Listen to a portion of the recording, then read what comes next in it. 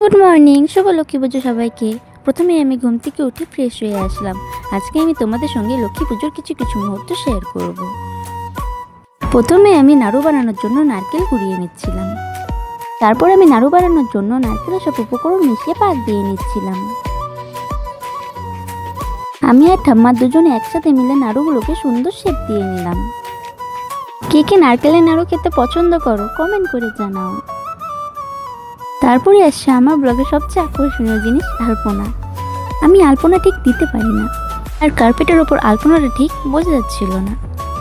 তারপর আমি প্রসাদের জন্য একে একে সব কিছু জোগাড় করে নিলাম। এইবার আমি পুজোটা একাই করেছি, তাই সব কিছু আয়োজন করতে পারিনি। তারপর আমি মা লক্ষ্মী পাঁচালি পড়ছিলাম। স্ট্যাম্প পড়ছিলাম, তাই একটু আটকে আটকে যাচ্ছিলাম। পুজো শেষে সবাইকে প্রসাদ দিয়ে আমি আমার নিজের জন্য বেরিয়ে নিলাম। সারাদিন উপোস থাকার পর কিছু খেলে মনটা যেন আলাদাই শান্তি পায়। তারপর আমি প্রসাদ খেয়ে উপোস ভাঙলাম।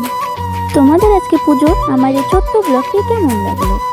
ভালো লাগলে লাইক, কমেন্ট, শেয়ার, সাবস্ক্রাইব করে আমাদের পাশে থাকো।